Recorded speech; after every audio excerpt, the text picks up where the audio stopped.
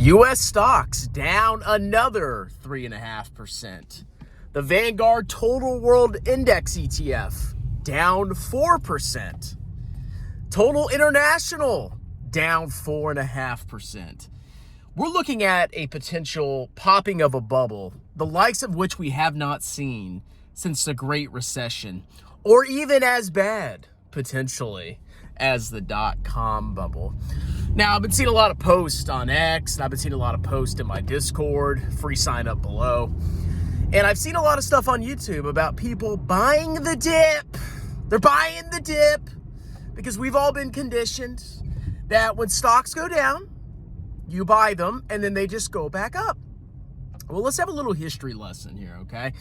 So back in the late 1990s, very early 2000s, there was a dot-com bubble.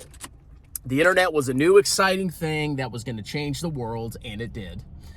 And the stock market went absolutely ballistic. The stock market, especially the NASDAQ, went almost vertical. And what do you think happened, okay, when a lot of people realized that it was a bubble, that a lot of the companies that were making huge gains were actually clown stocks? Well, the bubble started to pop, and the market dropped a decent amount. And then it had a little rally. Now, the current investing mindset, the current investor would see that as yet another victory. The market dropped in 2000. And then it rallied, and it works. Every time it dips, you just buy the dip, and then it vertical lines again. Well, what proceeded to happen after that rally? A gigantic, enormous crash. I think it wiped out 80%, if I'm not mistaken, of the NASDAQ's value. So I look around, and I see all these comments about buying the dip. And I'm here to warn you that buying the dip doesn't always work. If you were sitting on cash, number one, you're a clown. Number two, you could still get absolutely eviscerated because you can buy the dip and then it keeps dipping. Now, this scenario is a little bit different from the past, okay? So, Trump's tariffs are not just like a temporary thing that are going to temporarily cause market fluctuations. This is a realignment of America's role in the world. This is realigning the entire global order. What we're seeing here is a seismic shift in America's role going into the future. So when you look at this stock sell-off, this is not like it was before, okay? At least in the last couple of years. This is not just a minor thing. This is a total and complete change to how Americans see themselves and how the leaders of the U.S. government see themselves. Because America has been, the benefactor, the beneficiary of winning World War II, of defeating communism, and being the only game in town. And the rest of the world got really comfortable with America patrolling the seas, keeping everybody safe, and, supporting global trade. That was the standard for the last couple of decades. Now that's changing rapidly. Now America is not only sticking up for itself with tariffs, it's also actively seeking to annex territories of allies. And it's not doing so in a, logical way. It's not doing so in a very politically correct way. For example, Greenland. Instead of saying, hey, Denmark, let's talk in private, maybe we can cut a deal. Let's do some negotiations behind the scenes. And, maybe we can buy Greenland for, I don't know, $100 billion. I'm just throwing numbers out there. No, you know what Trump's doing? Yeah, we can potentially use military force. Yeah, we need Greenland. We're going to take it, bro. Okay. So the art of tact and the art of subtle diplomacy is completely gone. Trump is also mocking Canada. Now, Canada's our northern neighbor. Yeah, their economy's garbage. Yeah, their stock market kind of sucks. But we've pretty much had friendly relations with Canada overall. Okay, maybe they have tariffs on us. I don't freaking know the details. Maybe they're screwing us over a little bit, protecting their domestic industries. Kind of like what we're doing. But the way that Trump has gone about, treating the Canadians is a little bit too extreme for my tastes. Mocking them, saying it's the 51st state, calling Trudeau the governor. the way that he's going about this, I believe, is going to really massively diminish the U.S.'s presence around the globe.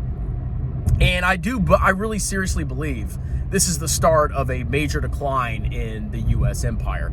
Because have no doubt, America has been an empire for the last lots of decades, okay? Especially after the collapse of the USSR. We were the only game in town. And we benefited massively from that. We were the world's global reserve currency. We had the largest military by far, and we still do, or at least the most powerful one. And we had great times in America where nothing could go wrong.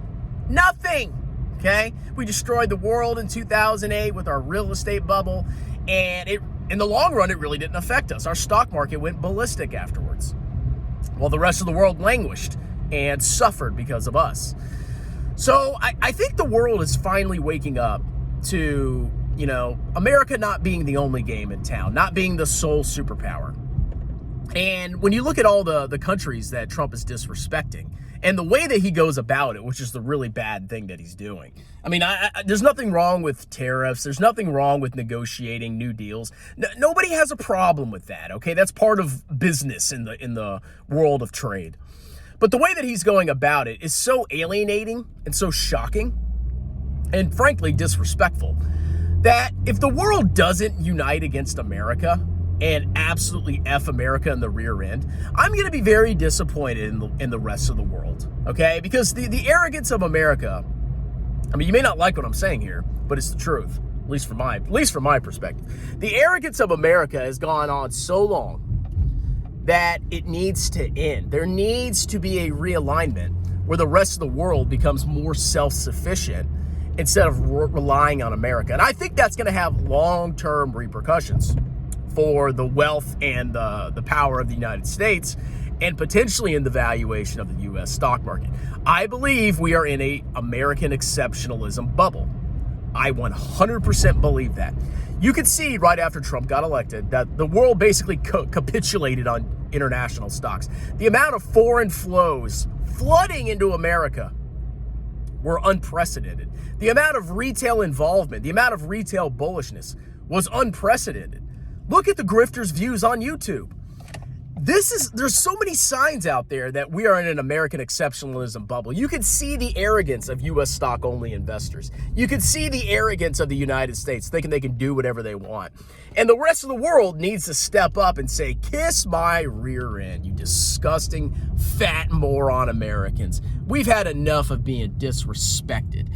And this could be the turning point, people. I really think it could be.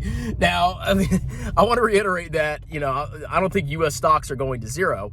But these magnificent gains that you've been seeing in these 45-degree angles and these vertical lines, I think that era might be over. It might be at an end, okay? This is not like a temporary dip. This is a seismic change in America. So let me know your thoughts. Do you think I'm full of crap? Do you think this is just another dip buying opportunity? I don't think it is, okay? And you shouldn't be buying the dip. You should be DCAing and into your 401k and IRA. If you're buying the dip, that means you had cash sitting around waiting for a crash, which is ludicrous because you don't know if a crash is going to come. It did this time, but that doesn't mean that it's going to come every freaking time. You should not be buying the dip is for morons. Absolute freaking morons. Buy the dip. DCA into your 401k and IRA. Never look at the market. It's that freaking easy. Anyway, what do you think? Do you think this is the end of American exceptionalism, or do you think Trump's going to tweet something, stocks are going to vertical line 1,000% again, and we're going to be back to square one of clown market? Like, subscribe, check out the pinned comment, book a tax consultation. Taxes are due April 15th. Even if you file an extension, you still must pay your taxes due if they are due.